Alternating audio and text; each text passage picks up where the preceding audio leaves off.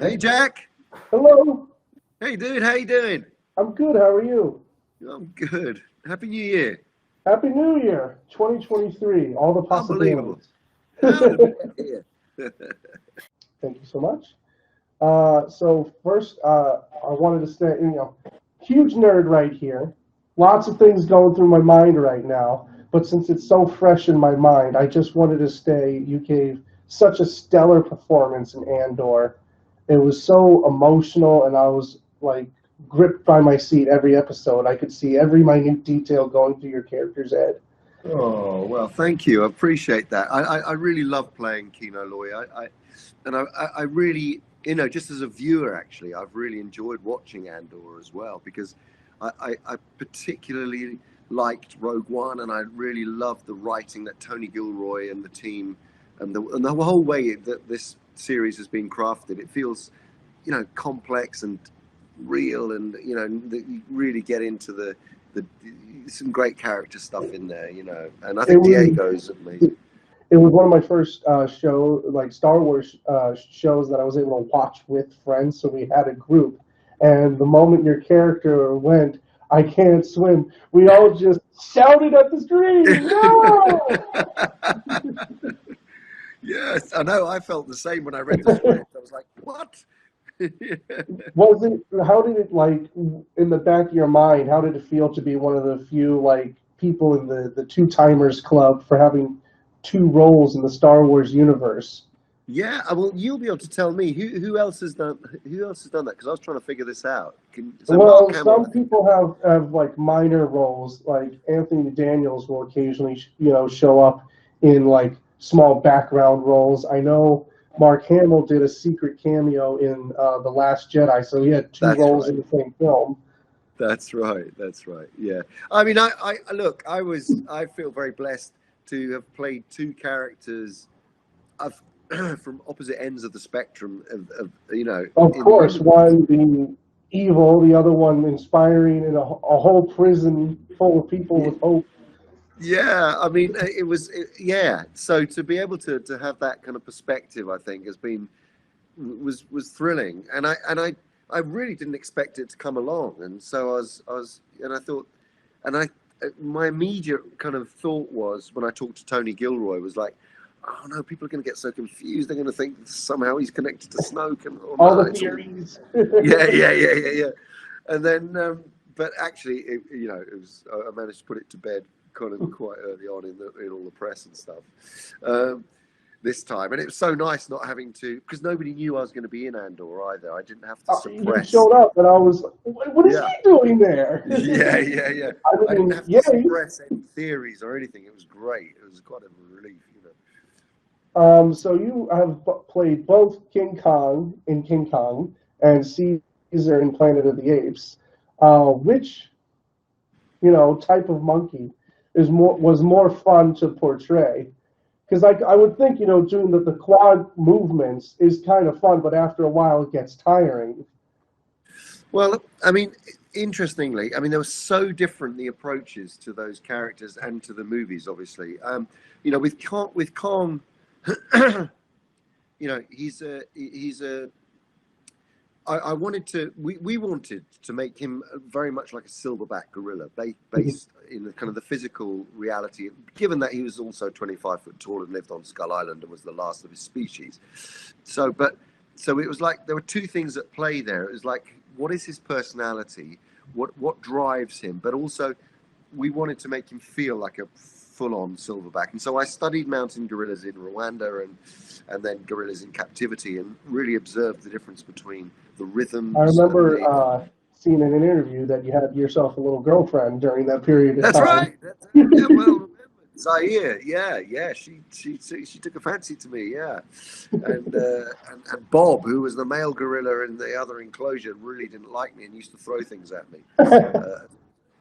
Uh, but Caesar was like, what was brilliant about Caesar was this chimpanzee who'd been brought up with human beings and reflected human behavior, and was brought, taught to sign, and then of course then was affected by the ALZ drug, so evolved into a more human-like creature. So that was really interesting to like how the speech developed linguistically, physically, how upright is he, how his movements became more human-like throughout the course, and also, you never get the chance as an actor to play a character like Caesar all the way through from birth till death over the Right, of course. So to be able to do that over the 3 movies was amazing, and so there was two entirely different approaches to character. Really. So on the aspect of different approaches, so obviously one of your most famous roles is playing Gollum / Smeagol from Lord of the Rings. What was it like when you came back for The Hobbit? Like being able to reprise the role, did it feel different, or did you just smooth back into things? The fact of I mean, Gollum really, in all honesty, has never left me, and I don't think will ever. I mean, that He's character always there in your closet lurking. Yeah. He's like inside me. I can't shift him. I mean, there isn't a day that goes by when someone doesn't ask me to do a Gollum or Smeagol or talk about him. It's one of those characters that has sort of that people are really that people want to hear more about. Even though there was a 10-year gap. He never left me, and it was like slipping into a pair of old shoes. I just sort of got back into him, and there it was. Although, obviously, in the Lord of the Rings, the Smeagol and Gollum sides of the personality were sort of driven further and further apart and had changes. Starts becoming a little bit moral because Frodo's actually kind of being a friend to him versus in The Hobbit. This is him at his lowest point. Exactly, but also that we evolved it so that in the 3rd movie, kind of the Smeagol part, which was supposed to be the sort of the more vulnerable, beaten down part of the personality, actually was the more manipulative and psychotic. And at least with Gollum, of my favorite lines is Smeagol lied. It's like no, this isn't other personality taking over. I was the one who lied to you. That's right. Yeah. How long did it take you to come up with the Gollum voice? Obviously, because it's very in the throat and stuff like that. Like, did it hurt at all trying to get it to where it became? I mean, I came up with a sort of prototype version of it when I first auditioned for the role. But it was only one voice. It didn't have the 2 kind of timbres, the 2 different, the high and the nasal, more sort of whiny version, and then the guttural, more, Gollum sound. But it really, for it to work, I needed to understand why he, in Tolkien writes, he's called Gollum because of the way he sounds. So what does that actually mean? What is the psychology behind that? And so I based it very much on 2 things. One, the kind of the notion of addiction, and the physical kind of racking of the body, the effect of the ring having on him, but also the guilt of him killing Deagle and by strangling him, and so him feeling that constriction in his own throat. And I wanted a kind of physical sort of involuntary movement that came with that, and forced, Gollum kind of almost forces itself out of him, So that was based on, and you may well have heard this story before, but it's true. I based on my cat coughing up fur balls. I wasn't sure if that was a rumor or not.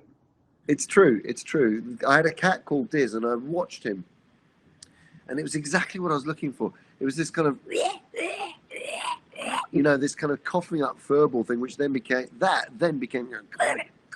just love the idea. You're like, man, what's this thing that I need? Your cat starts, and then you're just like, brilliant. Yeah, I know. I owe a lot to my cat. Well, it was a pleasure meeting you, and I hope you have a wonderful year. I can't wait to see what more, where you pop up in. Oh, well, listen, it's been lovely talking with you. Yeah, and all the best to you too for 2023, and hopefully see you down the line again.